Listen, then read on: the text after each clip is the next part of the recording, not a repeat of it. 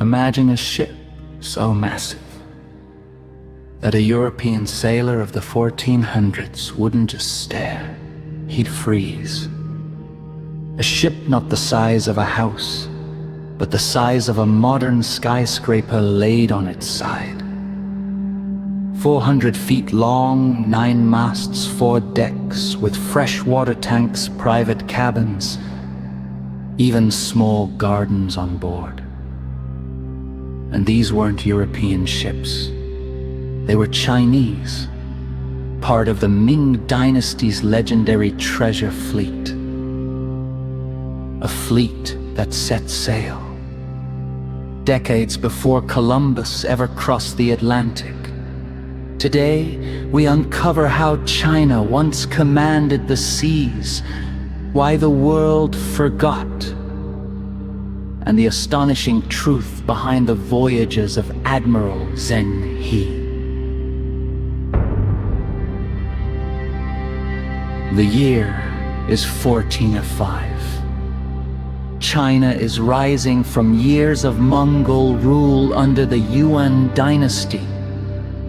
A new emperor sits on the dragon throne, Yongle, determined to show the world that China has returned stronger than ever. To do this, he chooses a man whose life reads like a legend, Zheng He.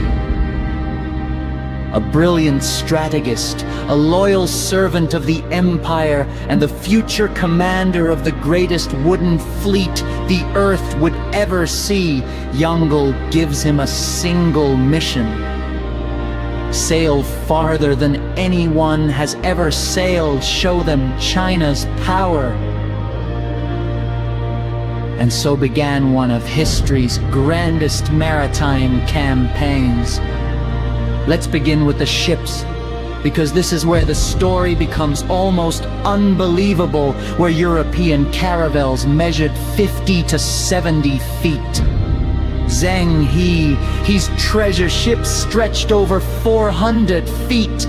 9 towering masts, multiple decks, cabins for diplomats, doctors, scholars, translators, navigation rooms, waterproof bulkheads, freshwater tanks for live fish.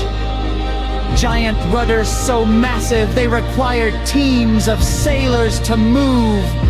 And Zheng He didn't command one ship.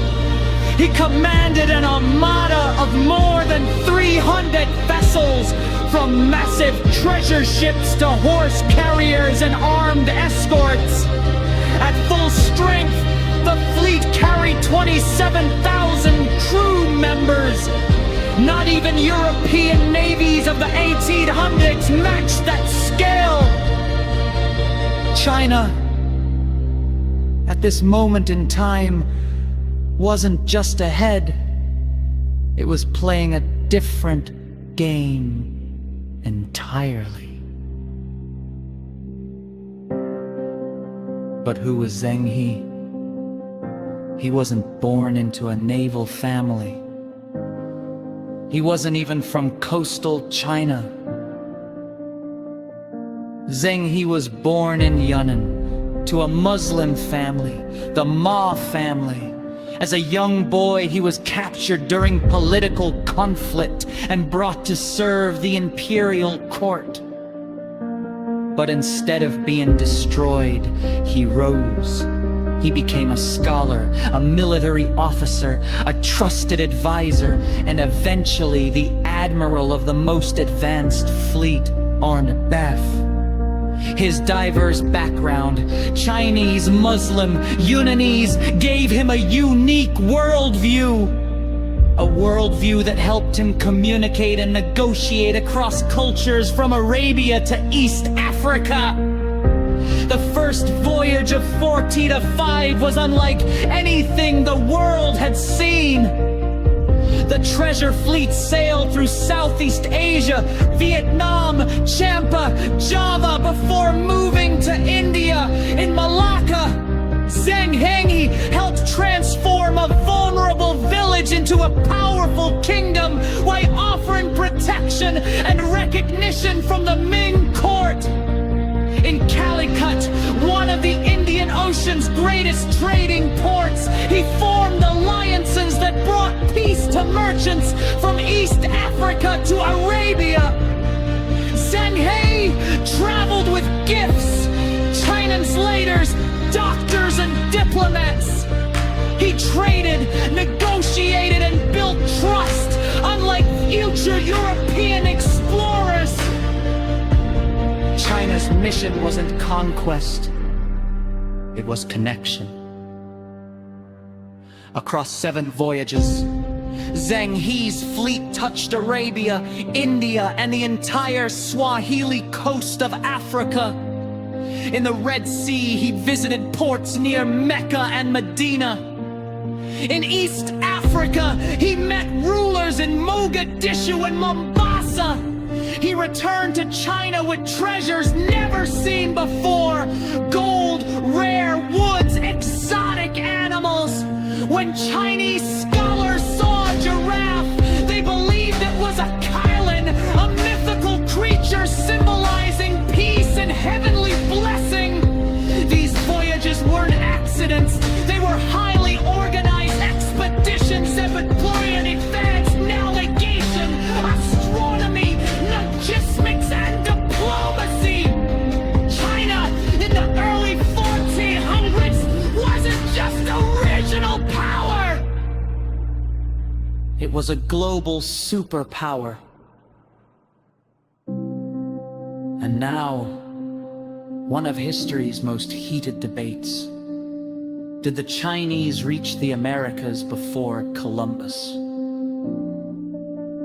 Some researchers believe Chinese-style artifacts were found in the Americas.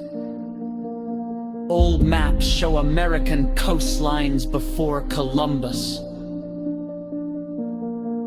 The treasure fleet was technologically capable. The controversial 1421 theory argues that Zheng He's captains may have mapped the world, including the Americas.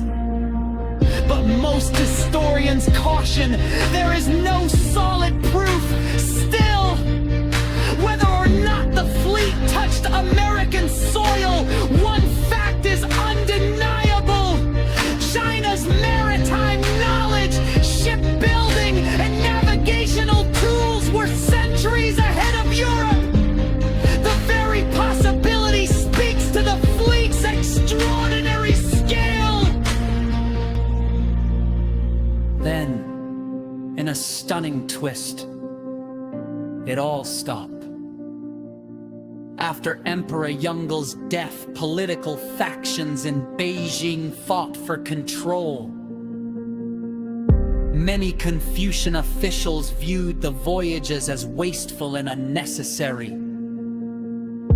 China faced threats on its northern borders. Money was tight. The court made a decision that altered world history. The treasure fleet was shut down, the massive ships were destroyed, detailed logs and maps were burned, maritime exploration was banned, China turned inward, and as China stepped back, Europe stepped forward. The age of exploration belonged to those who still sailed. But Zheng He's legacy didn't sync with his ships. Today, cities like Malacca and Calicut celebrate him. Modern China's maritime Silk Road draws inspiration from his roots, and historians are still uncovering the influence he left across Africa, Arabia, and Southeast Asia.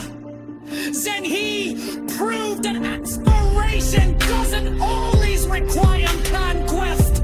Sometimes the most powerful empires build bridges, not empires.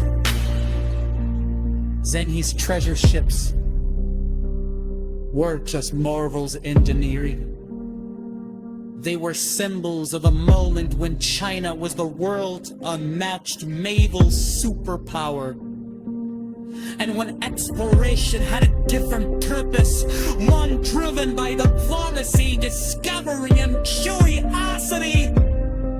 And yet, the story was others forgotten. History's lost. And simply waiting for someone to uncover it again. I am Dicky, and this is Dicky Explores History.